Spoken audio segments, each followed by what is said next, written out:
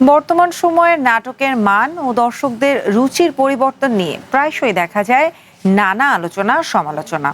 এরই মাঝে নতুন কাজের চ্যালেঞ্জ আর নির্মাণের পেছনের গল্প নিয়ে পুবাইলের এক শুটিং স্পট থেকে চ্যানেল ওয়ান বিনোদন টিমের মুখোমুখি হয়েছেন জনপ্রিয় নির্মাতা সকাল আহমেদ।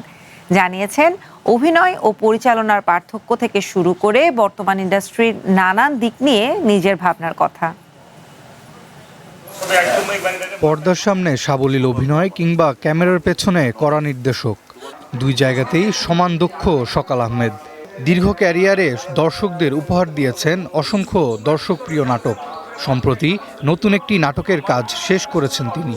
নিজের কাজের অভিজ্ঞতা জানাতে গিয়ে তুলে ধরেন শুটিং সেটের বর্তমান চ্যালেঞ্জ ও পরিচালক হিসেবে কাজ করার পেছনের গল্প। প্রপস হিসেবে একটা মুরগি বা একটা গরু বা একটা ছাগলকেও যদি আশেপাশে কারো বাড়ি থেকে বলা হতো যে একটু দেন 30 মিনিটসের জন্য বা 1 ঘন্টার জন্য, তখনও তাদেরকে ভাড়া দিতে হতো। তো এখন পুবাইলবাসী অনেকটা শুটিংয়ের সাথে শুটিং ফ্রেন্ডলি হয়েছে, ওই ব্যাপারগুলো এখন আর নাই। উত্তরা বেইজ ঢাকা শহরের যেসব হাউসগুলো আছে, তো আমার রিকোয়েস্ট থাকবে যে শুটিং হাউসগুলোকে আরেকটু ডেভেলপ করে, আরেকটু সুন্দর করে, আরেকটু প্রপার প্রপস থেকে শুরু করে সব কিছু অ্যাকোমোডেট করা উচিত।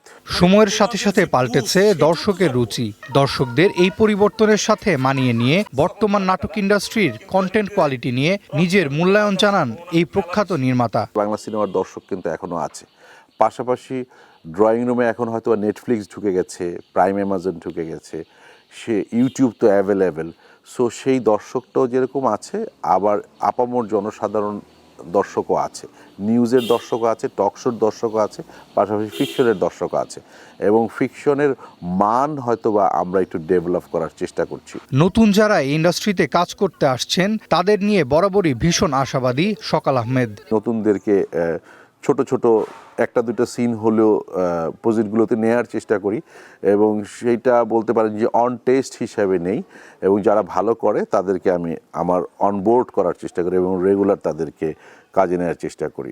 আলাপে উঠে আসে বর্তমান সময়ের ওটিটি প্ল্যাটফর্ম এবং এর ভবিষ্যৎ প্রভাবের বিষয়টি। সকাল আহমেদ মনে করেন ডিজিটাল প্ল্যাটফর্মের কারণে দেশীয় কন্টেন্ট এখন আন্তর্জাতিক কাজের সাথে প্রতিযোগিতা করছে। ওটিটি প্ল্যাটফর্ম আছে বেশ কিছু, সেখানে অনেক ভালো ভালো কন্টেন্ট তৈরি হচ্ছে। সেই জায়গা থেকে আমরা ফিকশনের জায়গাটাকে অনেক সমৃদ্ধ করার চেষ্টা করছি, ডিফারেন্ট গল্প বলার চেষ্টা করছি। এবং আরেকটা জিনিস যেটা, সেটা হচ্ছে যে আমরা যখন আমার ক্যারিয়ার যখন শুরু হয়েছে তখন একটি সিঙ্গেল নাটকের যে বাজেট ছিল, সেই জায়গা থেকে বেশ কয়েক গুণ বাজেট এখন আমরা পাই।